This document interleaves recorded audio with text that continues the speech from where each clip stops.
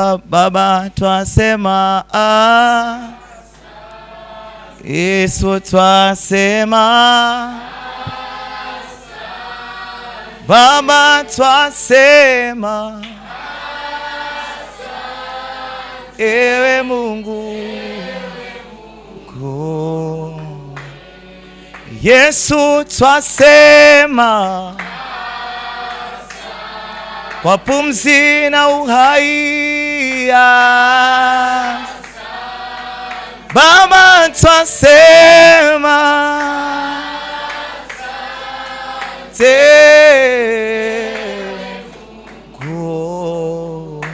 maana wewe ni nani Alfa na Omega. Oh, wewe ni Alfa na Yesu, wewe ni ewe Mungu ko Bwana, hakuna Mungu kama Yesu, hakuna hakuna Mungu ewe Mungu.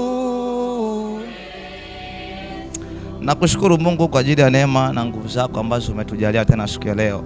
Asante Bwana, kwa maana wewe unastahili kuinuliwa. No one like you Lord. We glorify and glorify your name. Maso paradialos krazo abramansi ni mai. Mahali hapa ni wewe Mungu uliye hai, ukatudumie. Tufundishe katika kiwango cha ukamilifu wako Bwana, ili tukapokea yale ambayo umeyakusudia katika jina la Yesu Kristo mwenye pumzi, aseme amen. Bwana Yesu asifiwe sana. Amen. Somo la siku ya leo nategemeana na utakavyojibu swali la kwanza. Kwa hiyo ukijibu swali ndio somo letu la siku ya leo. Wangapi na swali yenyewe lina majibu ya kunyosha mkono au kutokunyosha mkono? Wangapi wanaamini kwamba wao pasipo Mungu sio kitu chochote? Nyosha tu mkono kama unaamini hivyo. Wanaoamini kwamba wao pasipo Mungu sio kitu, yani ni kitu ambacho hakipo, yani nothing, si ndio? Nothing ndio hamna kitu, si ndio? Wanaoamini kwamba without God I'm nothing. Just raise up your hands. Okay, that's good. Sasa twende kinyume chake sasa. Tunaenda kinyume kwa kwanza tulipoishia kwamba as without God we are nothing. Then what will be if we have God? Hiyo ndio subject yetu ya siku ya leo. Kwamba kama wewe pasipo Mungu ni hakuna chochote. Je, wewe na Mungu ukiwa naye ni nini? Bwana Yesu asifiwe sana. Sasa mimi nikajipa tu jibu pale kwamba mimi pasipo Mungu si kitu chochote, ila mimi na Mungu ni kitu. Bwana asifiwe sana. Me with God I am something. Bwana Yesu asifiwe sana.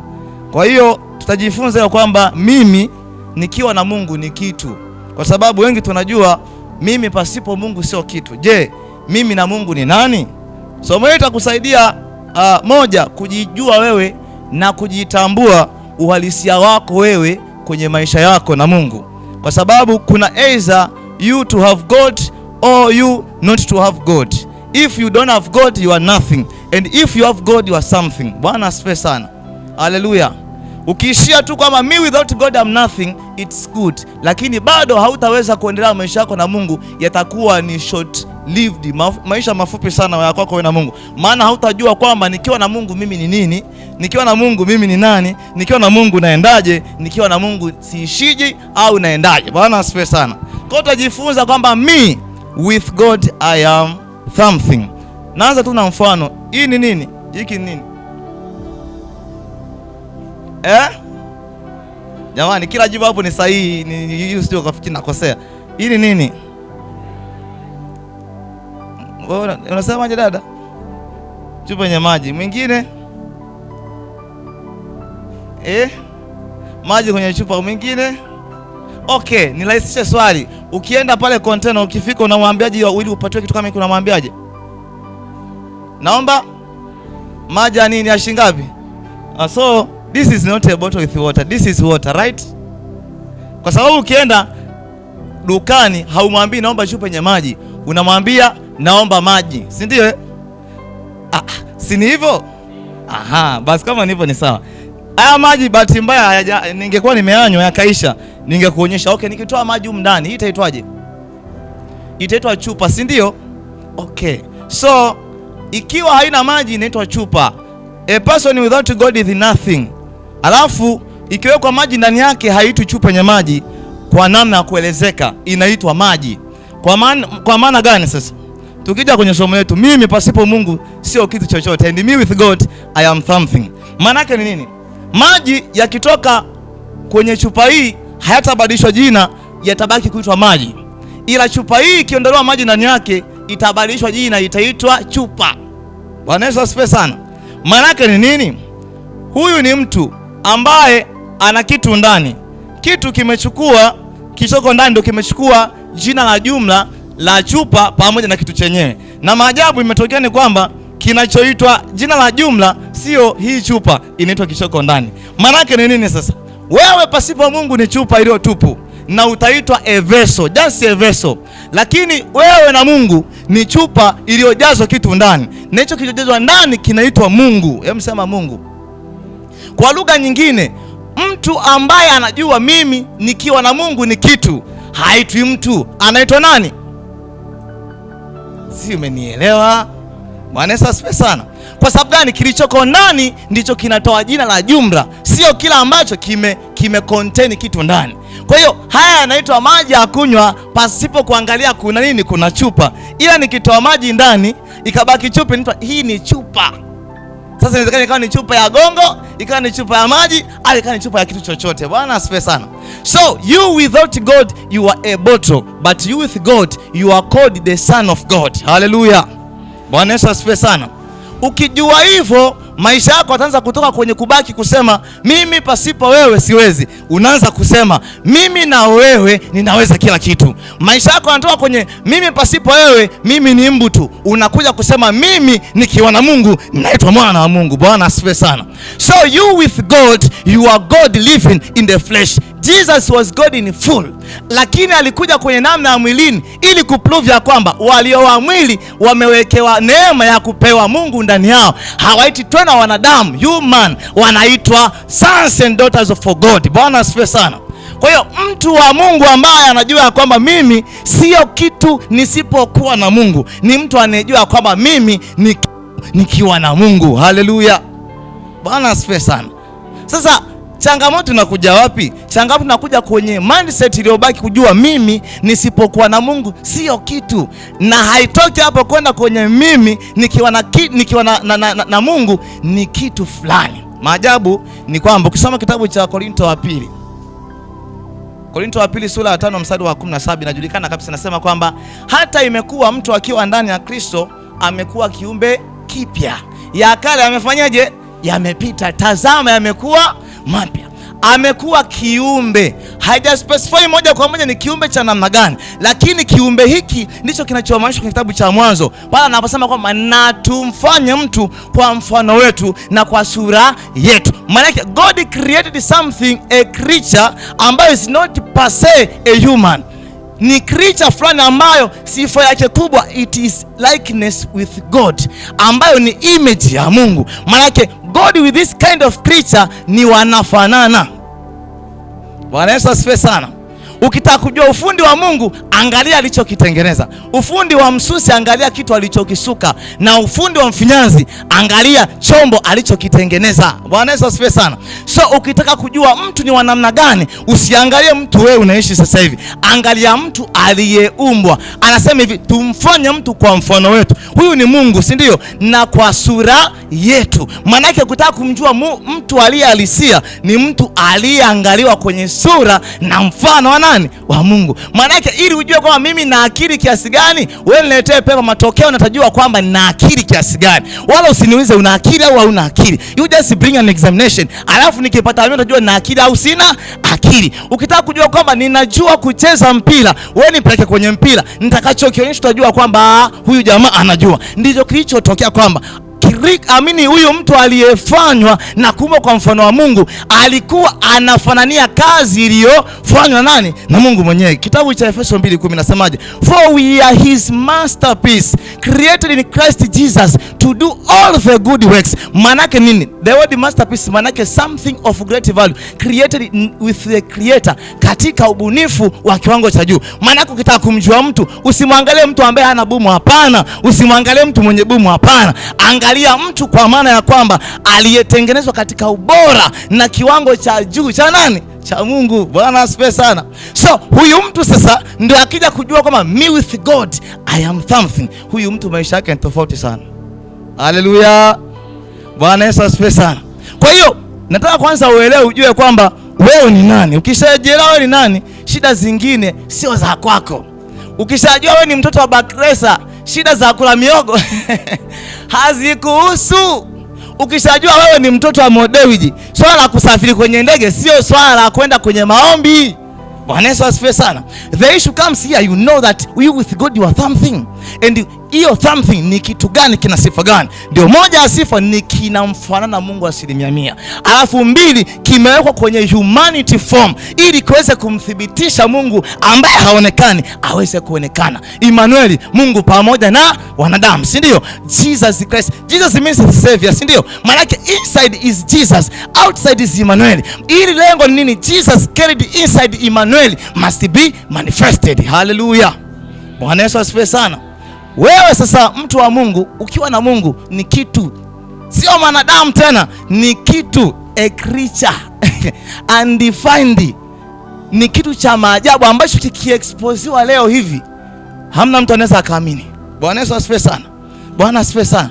Ndio maana Daudi anasema kwamba and now I know that I'm fearful and wonderfully made. Manake anajaribu kudescribe uumbaji wa Mungu ulivyokuwa, kwamba aliyetengenezwa na Mungu alikuwa kwenye namna ya kushangaza na namna ya maajabu. Huyu mtu sasa anapojua kwamba mimi nina Mungu, huyo mtu anakuwa ni kitu kingine. Sio tena mtu ambaye alikuwa anatia huruma, sio mtu tena ambaye alikuwa anatia aibu, sio mtu tena ambaye alikuwa anasema mimi ninaogopa. Anakuwa ni kitu ambacho kinamfanana aliyekiumba 100%. If God can do everything, huyu mtu anaweza kufanya kila kitu. Kama Mungu anaweza kuokoa, huyu mtu anakuwa amepewa ule uwezo, kwa sababu yeye na Mungu ni likeness and the same image. Tofauti ni kwamba God is dwelling inside him or her, na huku nje lazima manifesti kile kilichoko ndani, katika jina la Yesu. Haleluya.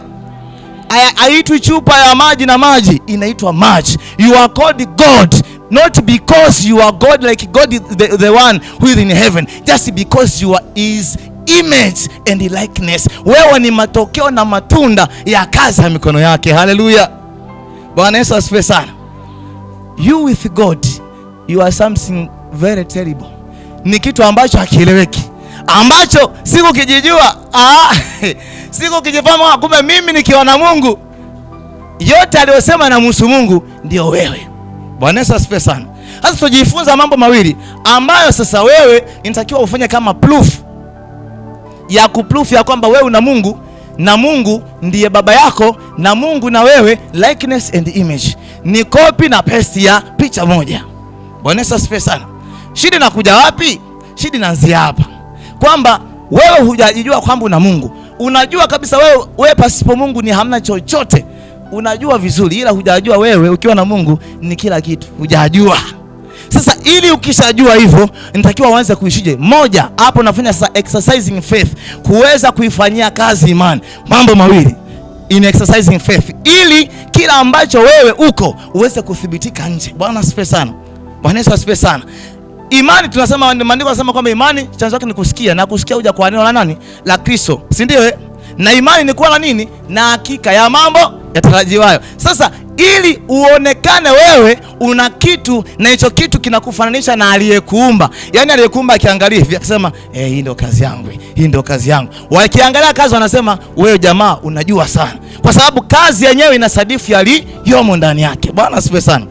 In exercising faith, mambo mawili ya msingi. Jambo la kwanza, lazima ujifunze kuact according to the revelation, kufanya kulingana na ufunuo.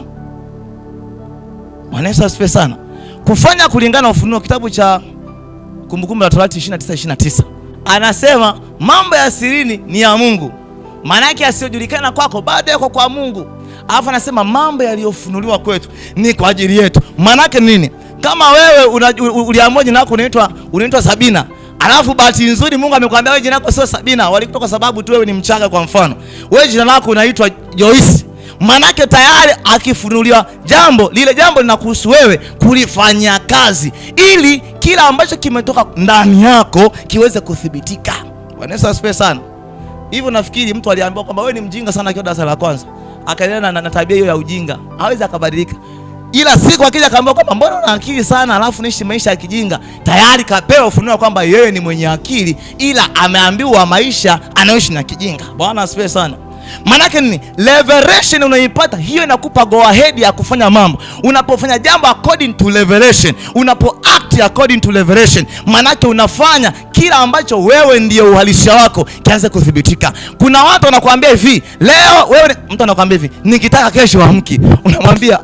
Unamwambia ukitaka wewe kesho mimi sifanyaje? Siamki. Huyo amesema nikitaka. Bwana Yesu asifiwe sana. Manake anakutengeneza mazingira ya kuishi under bondage, ya kuishi under limitations, kamba mimi maisha yako yani mimi maisha yangu yako mikononi mwake. Lakini ukiwa na ufunuo wa Kristo ya kwamba ninyi kwamba tumezaliwa na Mungu, lakini si hivyo tu, uhai wetu unafichwa ndani ya Kristo katika Mungu, hautakaa unasema mbona mnaambia kesho nitakufa, so manake maisha yangu yako chini ya mikono yake. Hapana. Manake according to revelation you have from the word of God kwamba mimi maisha yangu yashachukua na Kristo, wala mimi maisha yangu sio mikononi mwangu tena. Hautaweza kuamini ile neno. Manake utasema kwamba kesho fulani nakufa, afu unashangaa kesho mwanaume unaamka unadundu unaendelea. Kwa sababu gani? Mungu hawezi kufa, yeye yuko hai milele yote. Ndio ambao ameumba wote wanakuwa hai milele na milele. Haleluya. Bwana Yesu asifiwe sana. Usipojua kujua kwamba kilichofunuliwa kwangu nitakiwa nikifanyie kazi, utaishi na maisha unasema kwamba mimi namwamini Mungu, lakini hautaona umungu mwenyewe. Angalia kilichotokea. Yusufu katokewa na malaika kwenye ndoto. Kwenye kitabu cha Mathayo sura ya 2 mstari wa 18 na 19 pale. Katokewa na malaika kwenye ndoto. Akaambia hivi, kamchukue mtoto nenda Misri. That is revelation. Kwa sababu gani? Kulikuwa kuna hila nyuma. Herode anataka kufanyaje? Kuua watoto. Kwa hiyo ufunuo unatolewa ya kwamba nenda kamchukue mtoto, nenda wapi? Misri. Ule ni ufunuo wa mambo yaliyokuwa yamestirika anajua Mungu tu, lakini anasema yaliyofunuliwa kwetu ni kwa ajili yetu na watoto wetu. Acting according to the revelation you are given inakupa go ahead ya kufanya yule Mungu uliye naye, ambao unajua kama mimi ni kitu nikiwa na Mungu aweze kuthibitika. Mimi ni kitu nikiwa na Mungu aweze kutokea na umungu wake aonekane. Haleluya. Asingefanya vile ku act according to the revelation, mtoto angekufa. Lakini amepewa ufunuo kwenye ndoto, asubuhi shwa kachapa hapa kwenda Misri. Haleluya. Bwana Yesu asifiwe sana. Manake ni nini? Ili uweze kusustain maisha ambayo wewe ni kitu na Mungu, ambayo Mungu anasema kwamba yeye hashinde jambo lolote, anasema kwamba yeye anaweza mambo yote, anasema kwamba yeye ni mwanzo na mwisho. Ili na wewe tabia zile za mwanzo na mwisho wewe, ili tabia zile za kuweza mambo yote wewe, you must be a person that act according to the revelation. Wewe umeambiwa kabisa kwamba wiki ijayo kuna kitu kitatokea hapo chuo, wewe ni siku fulani ambacho kitako kibaya, na wewe unajifanya hujaelewa, unaenda na wewe unakuwa miongoni mwa wale kumbi wote watakaokamatwa na kukaangwa. Bwana Yesu asifiwe sana. Kwa nini? Haujajua revelation inayotolewa kwako ni kwa ajili ya nani? Ya Mungu. Na utakapo act according to it, your faith is triggered. Alafu wewe utaona matokeo ya kimungu. Unashangaa siku hiyo, mimi bwana leo siendi kwa sababu gani? Siendi tu, nawaambia kumbe unajua nini kitu gani kipo. Wanaenda unakutana na kitu kizito, afasema ndio maana fulani hakuja. Huo ndio Mungu. Bwana asifiwe sana. Haleluya. Ukiwa na Mungu lazima ujue kwamba wewe ni kitu. Usipojua kwamba wewe ni kitu, vitu vitakupelekesha mpaka hutaamini majicho. Bwana Yesu asifiwe sana. Haleluya. Hilo ni jambo la msingi la kwanza, imani yako, act according to the revelation. Mungu anakuambia sasa hivi, toka ibadani nenda kasome. Unasema huyu ni shetani, toka kwa jina la Yesu. Wewe bado huja distinct between God and devil. Why? Ndani yako wewe hujajua vile ulivyo, ambavyo Mungu amekumba kwenye namna ya ajabu ya kushangaza. Akikwambia acha hiki, wewe unang'ang'ana kufanya. Ndio maana ukifanya, ukimaliza unajikuta umekula hasara. Bwana Yesu asifiwe sana. Bwana asifiwe sana. Lazima ujue kwamba mimi nikiwa na Mungu nafuata yale matakwa ya Mungu. If there is a certain revelation, just act according. Umeambiwa kwamba leo, ngoja nikutolee mfano. Nakumbuka kipindi kwa mzee kiongozi, kuna kipindi kwa tunatafuta hela za vyombo. Nikasema ngoja nikatafute akili. Ngoja tabia kusema nikatafute akili. Nikaenda ground kutafuta akili. Mungu akanipa akili fulani ya kufanya. Ile akili bwana haikuwa akili ya maajabu. Haikuwa kabisa akili ya maajabu. Yaani ajabu tu hivyo. Ilifika Jumapili nikasema akili ile ngoja tujaribu. Nilipojaribu hiyo siku nilipata hela nyingi. Pale sitabii kuliko siku zingine zote. Why? It was a revelation that in order for you to succeed for what you are doing, just go and do 1 2 3 4 enough. If you act according to the revelation, utaona ule uungu unathibitika. Bila kujali unathibitika kwa njia inaonekana ya kijinga sana, kwa njia inaonekana ya chini sana, kwa njia inaonekana haieleweki, lakini provide the revelation God has given to you. Hiyo kifanya inatiki. Bwana Yesu asifiwe sana. Kuna watu wenye kusoma hapa mna ushuhuda wenyewe. Yaani mtu anaambia wewe amka sasa hivi saa 6 usome. Lakini mbona nimesoma sana toka asubuhi? Wewe maambiwa amka saa 6 kusoma. Anaamka anasoma. Hapo ndio usome tu saa 6 ndio anatoka kwenye mtihani. Zile takataka zingine zote za asubuhi haimwatai. Why? Acting akodafu matokeo kitoka. Unasema jamaa ni genius. Is not genius just because God is more than genius. Hallelujah. Na mtu anayefanya according to God anaonekana kuwa kama Mungu. Bwana Yesu asifiwe sana. Hallelujah. Watabaki kusema kwamba huyu jamaa anafanyaje? Wasiojua wanaanza kufuata lifestyle yako. Alafu nakuta lifestyle yako kumbe unashinda ground tu siku zote. Wanaiga, wanaanza kushinda ground, mbili zinaanza kuhusu test 1, test 2 0.5. Wanasema mbona sisi tunashinda ground? The issue is not kushinda ground. The issue, the revelation aliyopewa yule ni wewe uliopewa. Bwana Yesu asifiwe sana. Ndio maana kuna watu maisha yenu hayaeleweki. Kwa sababu gani? Unafikiri physical impartation is enough to make you the same as the one you are seeing. No. Wewe unaona mtu kwamba maisha yake kusoma kwake akishika daftari anasoma nusu saa anaenda kuchapa mpaka kesho asubuhi. Wewe unafikiri kusoma kwake nusu saa ndio kunamfaulisha. Kumbe mwenzako hapana. Hiyo nusu saa ndio amesoma ya kwenye mtihani. Wala hana akili kiasi hicho. Wewe unafikiri the same revelation will apply to you. No. Wewe ni kitu ukiwa na Mungu, kana na Mungu, act according to the revelation. Seek for revelation. Mungu atakupa ufunuo wa kwako wa kujitosheleza. Hallelujah. Bwana Yesu asifiwe sana. Wewe unang'aniza upate mchumba chuo, umepewa ufunuo kupata mchumba chuo wewe. Utaambulia mikolilo na misebule huko hamna cha mchumba wala mnani. Why? That kind of revelation is not applied to you. Aliyepewa ufunuo huo ni kwa ajili yake. Na akifanya vile, watu wanasema huyu jamaa ni noma. Sio noma, wanasema Mungu ni hatari. Bwana Yesu asifiwe sana. Kama nabisha aliyepewa ufunuo wa kunyosha fimbo kwenye bahari kagawanyika, na wewe kachukua fimbo, mtu wa Mungu, nenda kwenye mto tu, sio bahari, kanyosha hivi asubuhi mpaka na kesho utafika. Bwana Yesu asifiwe sana. But if you learn to act according to the revelation, I'm telling you, utashangaa kila batu unaogusa inasema kwamba tulikuwa tumeshaiwasha, tulisubiri tu utie dole gumba basi. Why? It is the revelation for you. Watoto waliokuwa wanatakiwa kufa kipindi kile cha Yesu ni wengi. Aliyepewa ufunuo kukimbia ni Yesu. Kwani wengine wale hawakuwa wana wa Mungu? Na wao kwani wana wa Mungu, ila ufunuo ule haukuwa sehemu yao. Na aliyefanya vile aliona mkono wa Mungu. Bwana Yesu asifiwe sana. Ndipo pale ambapo mchana kuja kukuangia usiku anajua kesho tunaenda kuweka matanga. Afu kesho yake asubuhi wanashangaa mwamba anatoka kwenye chumba. Huyo anaenda kazini anarudi. Wanasema what has happened? Sisi tunafanya kila kitu, wanajua I am something when I have God in my heart. Hallelujah. Wanajua kwamba mimi nina kitu nikiwa na Mungu, sio mtu wa kawaida. Kwa hiyo akija wakafanya vitu vyao, wanafanya vitu vyao nawaambia nyinyi pimbi tu, fanyeni mkimaliza muondoke. Bwana asifiwe sana.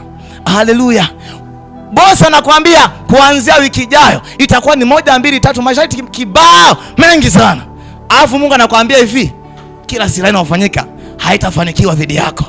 Unasema alafu kila neno litakanuka juu yako utalihukumu kuwa mkosa. Alafu unamalizia na huo ndio urithi wa wana wa Mungu. Kasemaje? Wiki ijayo kutakuwa na kitu fulani. Revelation ukishikilia utashangaa, wengine hata kama umeambiwa 100, wengine wote mtu kaka. Alafu wewe mwamba ti unadunda tu mwanaume. Bwana Yesu asifiwe sana. Why? Acting according to the revelation. Imani hiyo naizungumza imani. Imani ni kufanya. Usipofanya utabaki na imani tu mpaka kesho. Imani ni kufanya according vile Mungu amesema. That's one. Two, acting according to the word of God. Jambo la pili ni kufanya sawa sawa na neno la Mungu. Kufanya sawa sawa na neno la Mungu. Ukijua kwamba mimi ni kitu nikiwa na Mungu, fanya neno la Mungu. Lifanye neno la Mungu. Bwana Yesu asifiwe sana. Neno la Mungu lifanya. Kitabu cha Mathayo sura 4 mstari wa 4. Neno la Mungu linasema, ndio, naye akajibu akasema, imeandikwa, mtu hataishi kwa mkate tu, ila kwa kila neno litokalo katika kinywa cha Mungu. Amen. Amen. Mtu hataishi kwa nini? Kwa mkate tu. Kuna kuishi kwa mkate, ndio maana akaika neno tu. Kuna kuishi kwa mkate, ila mkate sio maisha yote. Kuna kuishi kwa mkate, alafu kuna kuishi kwa neno, kwa kila neno. Hasa neno la Mungu ni hilo hilo, unasoma kwenye maandiko, neno la Mungu hilo hilo, unasoma wapi? Neno la Mungu hilo hilo. Lakini kwa nini ukijiangalia wewe, mbona wapi maandiko nayaweza mambo yote katika njia ya nguvu? Mbona mimi naona napelekewa moto tu na kila kitu? Naanza kusema inakuwaje hapa? Nayaweza mambo yote, mbona mimi huku siwezi chochote? The problem is moja, unajua you are nothing with God, but you don't know you are something when you have God. Usipojua kwamba wewe ni kitu ukiwa na Mungu, hata usome maandiko mwanzo mpaka Ufunuo, utasoma ukimaliza hivi, naye Yesu akawatokea akawaambia, amani iwe juu yenu. Lakini wewe akitokea tu lecture, amani nakimbia yenyewe. Unasema mbona huko anaambia amani iwe juu yenu, mbona mimi amani nikimbia? The problem sio amani kukimbia. The problem you have not learned to act according to the word. Bwana Yesu asifiwe sana. Maandiko yanaposema kwamba wewe ni mtu fulani, learn to go and search for it, then have action on it. Wewe unajua kila siku unasema wewe ni kichwa sio mkia. Kichwa sio mkia. Lakini kila siku unajiona wewe ni mkia. Hasa ukipata Max Church. Unajua watu wanajua kichwa ni kupata. Mimi nakumbuka mwaka 3 semester ya kwanza. Semester ya kwanza ilikuwa ni somo, ilikuwa ni PH Electronics test 1 1:20. Nikasema kumekucha. Kata kitu ambacho mimi nilikuwa najipa imani, hata nipate moja mimi siwezi nikasapa. Hicho nilikuwa najipa nguvu kwamba hata nipate moja mimi siwezi nikafanyaje? Nikasapa. Kwa sababu gani? Nikipindi niko first year, kuna ile course kama kuelewa nilielewa asilimia 100. Kwa sababu nilikuwa kwenye kipindi ukitoa kumevurugwa bado usingeingia. Alafu ile kozi si ikatokea nikafaulu. Nikasema nimefaulu hii. Hamna kozi nitafeli tena. 1:20. Sema safi. Sasa kuna mtu na yeye hivyo akipata 1:20 anasema Mungu imeandikwa nitakuwa kitu. Sikiliza, kuwa kitu sio kupata 100 tu blaza. Kuwa kitu sio kupata hizo unazozifikiri tu. No, kichwa ina maana nyingi, si ndio? Sasa wewe haya, ngoja nikusomee ngochakisha kitu kimoja. Huyo ambaye amepata, yani kufaulu ni vizuri, mimi napenda. Amepata 18, wewe umepata 1. Lakini anakuja kisha anakufuata. Anakuambia izee, yani hapa na hofu. Sijui kama nitapata, yani kapata max nyingi lakini bado ana hofu ambazo zina kwamba yani kana kwamba atena kufeli. Sasa anasema wewe umepata 18, alafu na hofu. Mwamba na 1 nadunda tu. Bwana Yesu asifiwe sana. Mungu uliye naye ndani ukiwa naye, wewe ujue kwamba kila alichokisema ni kweli, naamini kwako. Kwa hiyo you just stand, act according in prayer. Nenda kwenye maombi, sema hivi, imeandikwa mimi si kichwa sio mkia, mimi nitakuwa kichwa kwenye kila eneo. Usingangane na max. Kuna wakati mwingine max Mungu hataki upate nyingi. Wewe ukipata nyingi sio muhani msukuma kama mimi, lakini utajua chuo kizima jamaa akapata 19-20. Ndio maana muda mwingine unapewa 1 ili kile kihayaki yake. Sema huyu dogo nikimpa 18 huyu chuo kizima hapa kitajua. Alafu siku akianguka watajua tena anamwabudu Mungu fulani. Nitaaibika. Sema wewe pata 2, unapata 2. Unalia sema hivyo unajiona wewe ni mkia. I'm telling you kwamba kila neno lililosema na Mungu ukifanya na kuliamini. Kuliamini maana yake nini? Kuanza kuishi kama lilivyosema. Unaishi na neno kama vile neno unaliona. You start acting according to the word of God. Bwana Yesu asifiwe. The problem ni nini? Wewe unaishi kama wengine bila kujua kwamba wewe ukiwa na Mungu ni tofauti kabisa. Wakilia na unalisikiliza, nikwambie hivi, hakuna kitu kama hicho. Kama wakilia useme hivi, hata kama na mimi nikiwa kulia hapa unakaza, hakuna neno la Mungu hamna hapa ali mtu. Wewe analia na wewe wakiomboleza na wewe wakifanya sikiliza nikwambia kitu kimoja, wewe na wao hamtakuwa na tofauti. Utabaki kusema I'm nothing without you God. Yes, it is true, but you must know I am something if I have you God. Na kama na wewe Bwana, mambo yote nayaweza kwa jina la Yesu. Kama na wewe Bwana, ninashinda na zaidi ya kushinda. Kama na wewe Bwana, kila iliyosema kwa ajili yako linafanyikiwa. Kama na wewe Mungu, mambo yote ambayo umeyakusudia kwangu lazima yatimilize katika jina la Yesu. Haleluya. Bwana asifiwe sana. Jua wewe ni kitu. Wewe ni kitu. Sema mimi ni kitu. Nikiwa na Mungu mimi ni kitu. Na hicho kitu hakieleweki. Kikitaka kueleweka hapa, kila mmoja anakukimbia. Ndio maana Mungu akasema utukufu wake aufiche kwenye miili hii. Kwa sababu wewe na Mungu likeness, image. Hakuna aliyemwona Mungu akaishi. Maana yake ni kwamba ule utukufu wa Mungu uliopewa wewe, ukiwa exposed, no one will come to you. Utakosa marafiki, utakosa mashosi, utakosa kila kitu. Why? No one can stay with God and continue living. Ndio maana Mungu kauficha kwenye vyombo hivi vya udongo. Bwana Yesu asifiwe sana. Sasa ili vyombo vya udongo vifanye, vyenyewe itakuwa vijue kuact according. Anasema mzee baba anasema nini? Ufunuo katoa ufunuo gani? Tufunge kesho, mnafunga. Unashangaa hamnaga mifungo mingi, ni mifungo misha, lakini kila mfungo ni tap fa tap fa. Haleluya. Akitaka kukuexpose wewe, utajikimbia mwenyewe blaza. Kwa nini? Utukufu wake kauficha ndani ya vyombo vya udongo ambao ni miili yetu. Bwana Yesu asifiwe sana. Kwa hiyo ujue ya kwamba ukiwa hauna Mungu wewe ni sio kitu chochote, ila ukiwa na Mungu wewe ni kitu. Hakuna kitu ambacho kitasimama dhidi yako kitakachokuweza. Hakuna vita utakayoipigana utakuwa na option mbili. Always God anapokuwa kwenye vita hana option mbili. Option yetu ni kushinda. Basi hakuna Mungu anemzidi Mungu. Ndio maana Daudi alipanda kwenye vita akasema, wewe unanijia kwa fimbo na panga na kila kitu, but me ninakujia kwa jina la Bwana Mungu wa nani? Wa majeshi. Anajua hii siri ya kwamba yeye akiwa na Mungu ni zaidi ya Daudi. Yeye akiwa na Mungu ni zaidi ya Goliath. Akiwa na Mungu ni zaidi ya kila takataka. Bwana asifiwe sana. Ndio maana akasema hapa, I'm opting now to come in the way God created me. Sio vile ambavyo nimefanywa kutoka kwa baba yangu na kwa mama yangu. Sio vile ambavyo nimetritiwa na kaka zangu mimi kuwa mchunga kondoo. I'm coming as the one who was created by God. Hallelujah. Tatizo nalo unalifuata, tatizo unalifuata kwa ulivyo wewe. Unajiona ni shoti, unajiona ni mnene kama Pasco, unajiona hauna akili. Ndio maana tatizo linakupelekea moto kama hauna akili. Lakini leo, from today, just know, mimi nikiwa na Mungu, na Mungu, tatizo gani hilo? Ni hapa wewe.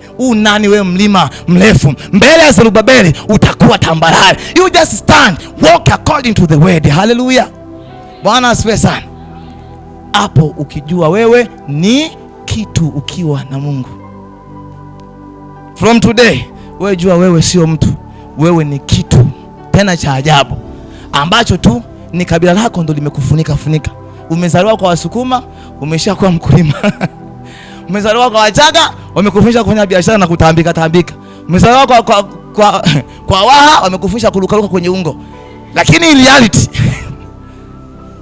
reality wewe sio Muha, wewe sio Msukuma, wewe sio mtu yoyote, ila wewe ni kitu. Just because you have God. Ukiwa na Mungu lazima ujue kwamba mimi sio panzi, mimi sio sisimizi, mimi ni mwana wa Mungu. Simama juu kwa miguu yako.